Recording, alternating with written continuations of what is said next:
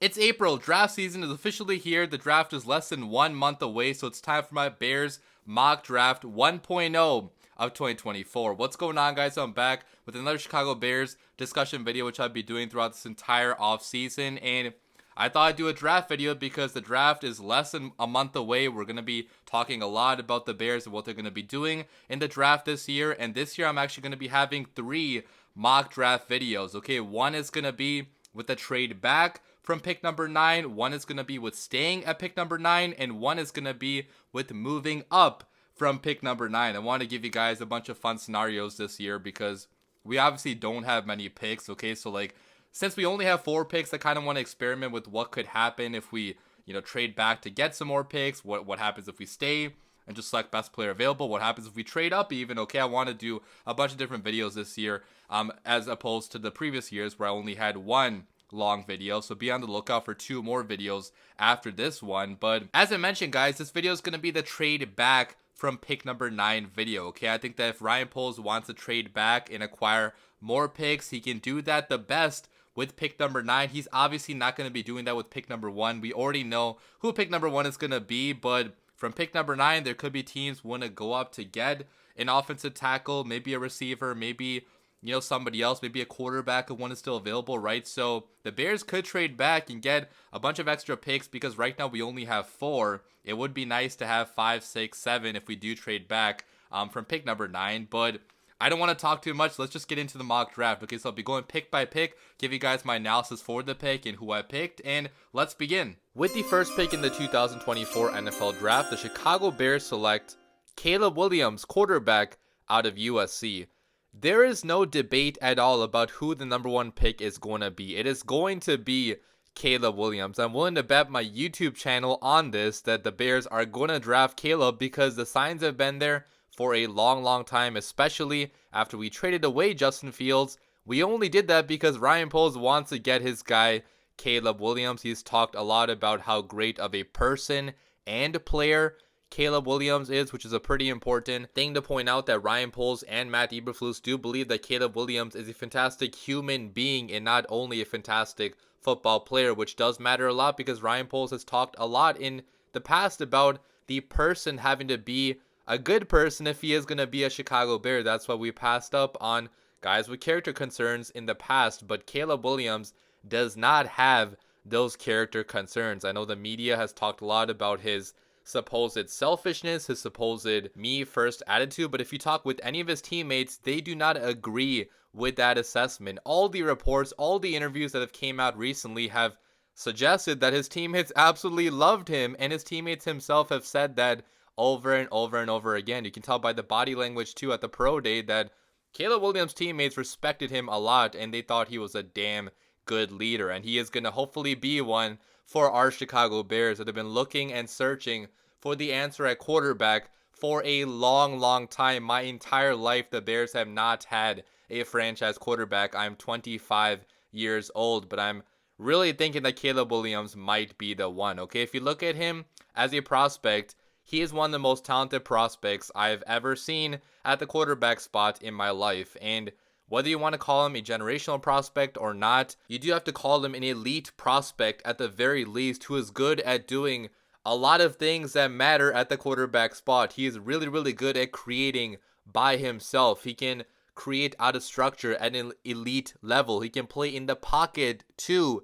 at an elite level. In college football, he did play in the pocket. There's instances of him doing that, which I released a full 20-minute video of him doing that, where he is really damn good in the pocket. He gets the ball out super quick. He has a lightning fast release. I know his time to throw in college football was longer, but that was partly because of him extending plays, obviously. But when he did actually throw the ball, his release was a lot smoother than our last quarterback. Again, no disrespect at all to our last quarterback, Justin Fields. I'm still a big Justin Fields fan, but if you're comparing their releases, Fields and Caleb Williams' releases of the football, they are not even comparable. Okay, Caleb has a much smoother release, one of the smoothest releases I have seen. He's able to step up in the pocket pretty well, avoid pressure in the pocket by dancing around in a way that I have seen out of guys like Aaron Rodgers, like Patrick Mahomes. Again, I'm not trying to say that he is going to be those guys because that is a very lofty comparison, but the way he can, sidestep and just like somehow know where the pressure is coming from in the pocket, it is truly next level. It's something you can only see if you go back and watch his games. There's a reason why all the commentators, college football commentators, went absolutely crazy calling Caleb Williams games, because he did something absolutely insane in the pocket and outside the pocket virtually every single game. And if you look at him as a runner too, he's definitely an above average runner. He has pretty good speed. He has pretty good agility, pretty good awareness as a runner. He slides at the right time. He doesn't take too many hits even when he does run, which I really like out of him. So if you do want to design a couple quarterback runs, or if Caleb Williams does want to take off for, you know, a broken play that turns into a 40-yard quarterback run, he can do that as well. Okay, it's truly insane the amount of things this quarterback can do. And yes, he does have his flaws. For example, last year he fumbled way too much. Honestly, during his entire college career, he fumbled way too much. He had 33 fumbles in his career. That's definitely too high. He's going to have to clean that up.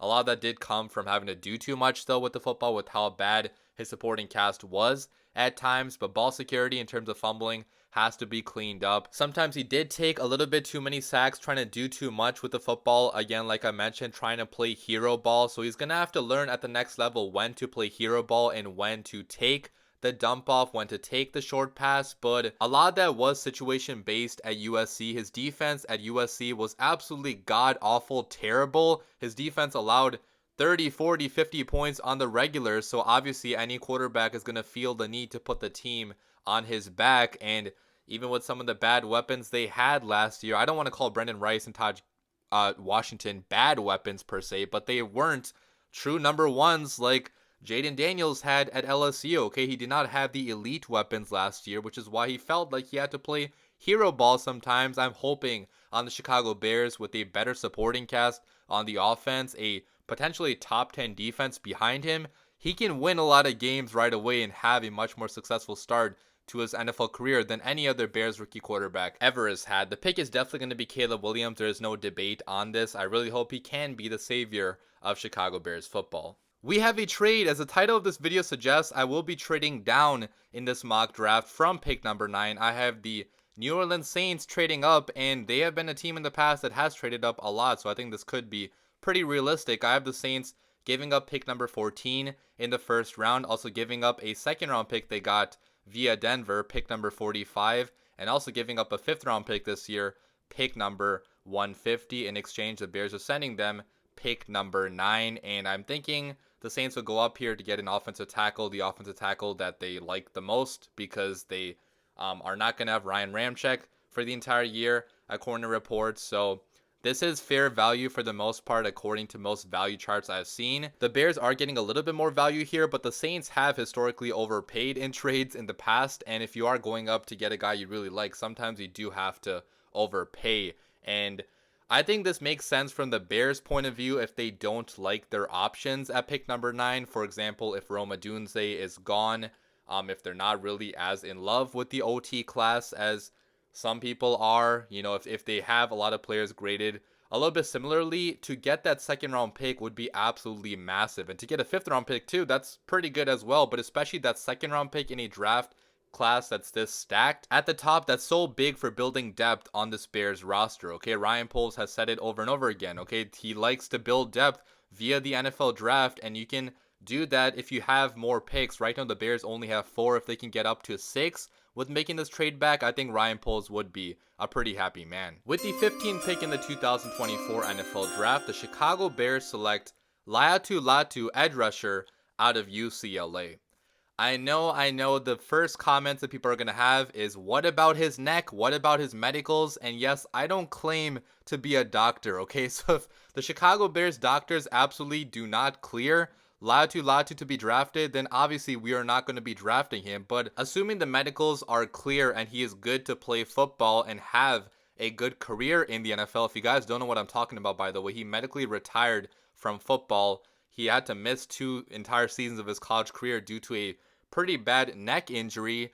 If the medicals are clear now, because he was very healthy last year and playing very good football, the Bears absolutely should draft him, because he is, in my opinion, the best pure edge rusher in this entire class. Yes, above Dallas Turner. Yes, above Jared Verse and Chop Robinson, because last year, man, he was truly dominant in college football. If I pull up his stats, so last year he had 21.5 tackles for loss, 13 sacks, 2 interceptions as well, 2 forced fumbles, 2 passes defended. If you look at the year prior, 10.5 sacks, 12.5 tackles for loss. And before that, like I mentioned, he dealt with a lot of injuries. He missed all of 2020 and 2021, but the last 2 years he proved he can stay healthy and be a fantastic football player, and a fantastic football player he was. Stuffing the stat sheet every single game. I mean, he changed games all by himself on that UCLA defensive line. And if you look at his RAS score, it was pretty high, 9.19. He could stand to be a little bit bigger, maybe gain some weight, but from a height perspective, he's pretty tall. His speed is elite. Okay, 4.64 40-yard dash, very good get off as well, 1.62 10-yard split. Pretty decently explosive, but I feel like the agility numbers, the testing numbers do not even do his tape justice, because he plays even faster on tape. He explodes off the line. And if you look at his technique, he is the most fundamentally sound pass rusher in this entire draft. He has a variety of different moves to go to. He has very active hands, very bendy as well. He can bend pretty well, has, good movement in his lower and upper body, and pretty strong as well in both the upper and lower body. So he can really win with a variety of different moves. He can get at you with pure finesse, by pure speed, or even sometimes with pure power. I think that, especially with his abilities to play the run, he's still a plus run defender. I think he's an all-around very, very talented pass rusher that could be a guy that gets 10 plus sacks every single year in the NFL and be an all-pro type of talent. I truly think that Latu is that type of guy, and to get him at pick number 14, that could be the steal of the draft. With the 45th pick in the 2024 NFL Draft, the Chicago Bears select Keon Coleman, receiver out of Florida State. Keon Coleman is a very polarizing prospect. People either love him or hate him. I really do like him. If you go back and watch, he's not a perfect prospect, obviously, which is why he's falling to the second round. His routes could be a little bit cleaner. He could be a little bit sharper at the end of his routes. He could have been more productive in college football. He was not an elite producer in college football, but that's partly because that Florida State offense did spread the ball out a lot to multiple different options. Jordan Travis did a good job of that, so no one receiver got all of the yardage, but there is a lot to like in Keon Coleman. Okay, this is a guy that can go up and win jump balls. He is a fantastic jump ball type of receiver where, if Caleb Williams needs somebody to just chuck the ball up to, Keon Coleman can go up and win that jump ball. He won jump balls at a very high rate in college football. And even after the catch, guys, like when he does get the ball, he's pretty electric after the catch. He can put the moves on you in the open field and still produce some big time yardage after the catch. He has very good play strength. He's very strong, built very well. So after the catch, he can sometimes bounce off of you in a way that maybe a little bit similar to like a Deebo Samuel type of guy, where he's just like a bulldozer in that open field. And again, with his ball skills, his ability to track the ball, high point the ball, be aware of where he is on the field, and tiptoe and drag his feet to get that inbounds catch, to get that touchdown catch, he is elite at doing those things. If I pull up his stats, so like I mentioned, he was not an elite producer in college football, but he did have pretty decent production. 2022 at Michigan State, actually, he had 798 receiving yards, 7 receiving touchdowns, but last year on that Florida State offense, he had 658 receiving yards and 11 receiving touchdowns, so pretty big in the red zone, you guys can see. And if I pull up his RAS score, so 9.12 is really, really good, but you guys can see the speed is not top end for him. He ran a 4.64 40-yard dash, so I know that's automatically gonna throw some people off, but again, if you watch him play on tape, he plays a little bit faster on tape than that 4.64, and the 10-yard split is really good. So getting off the line, he's really good at doing that. And in terms of physicality, he is fantastic in that. Okay, weighs 213 pounds. He's above 6'3", and explosion, very good too. He can go up and jump, as you guys can see by the vertical and the broad jump. So still a pretty good athlete, even though he doesn't have elite straight line speed. Straight line speed is not the only thing that matters in football. A lot more matters besides just running that 40-yard dash. And I think that Keon Coleman has the tools to be a very, very good receiver in this league. With the 75th pick in the 2024 NFL Draft, the Chicago Bears select Cedric Van Pran, center out of Georgia. The Bears do need to add a center somewhere in the NFL draft. I really hope they do, because Ryan Bates and Coleman Shelton are not long-term answers. They could be answers for the next 1 or 2 years, but I've really wanted the Bears to draft and groom their own center to be the center of the future, and you can get really good centers available in rounds 2, 3, 4, and 5 pretty consistently every single year. The Bears have just not drafted a center in that range for whatever reason, but I think that Cedric Van Pran could be a pretty fantastic scheme fit and also be a pretty solid starter at the next level. He started 43 games for Georgia at center, started over 3 years, and Georgia has a pretty balanced offense. Like, they run the ball and pass the ball at a pretty equal rate, so he got a lot of reps in terms of run blocking and pass blocking. I think he's definitely a better run blocker than pass blocker right now, but the tools as a pass protector definitely are still there, and a couple reps, he has shown dominance as a pass protector. Last year, actually, according to PFF, he had a pretty high pass blocking grade, 81.5, the highest of his career, and he's definitely gotten better and better as a pass protector. So, especially against SEC level competition, the fact that he could hold his own against those dominant interior defensive linemen says a lot. Okay, the level of competition does matter to some extent, and Cedric Van Pran went up against the best of the best, won a championship at Georgia as well, multiple championships actually, obviously, and brings a high level of leadership to the Chicago Bears offensive line. This is a guy that was well liked by his teammates, a guy that did step up and mentor other guys on the interior of that Georgia offensive line. And in terms of his RAS, if I pull that up, so not extremely athletic, but still athletic enough, I feel like, to fit the scheme, where you guys can see his 10-yard split, very good, his 3-cone, very good. The 40-yard dash does not matter that much for a center, obviously. You're not going to be running 40 yards, probably, and he is a little bit undersized, probably, but if he does bulk up a little bit, get stronger, has a full NFL offseason, develops behind guys like Coleman Shelton, Ryan Bates, which is the best part, that we do have the opportunity for him to sit behind those guys and learn, I think he could be a fine pick and maybe be the center of the future for the Chicago Bears. With the 122nd pick in the 2024 NFL Draft, the Chicago Bears select Leonard Taylor III out of Miami. I think the Bears still have to add more beef to the inside of the defensive line right now behind Gervon Dexter and Andrew Billings and Zach Pickens. We don't have that fourth guy that's really proven, because Justin Jones left us in the offseason, and the Bears did not really add another high-level option to replace him. They added a backup, I think, whose name is escaping me right now, but it's not anybody that's like a very good starter in this league. So I think the Bears do need to add another guy on the inside. You can never have enough depth, and Leonard Taylor has pretty nice upside. He's very good off the ball, off the line. Like, he gets off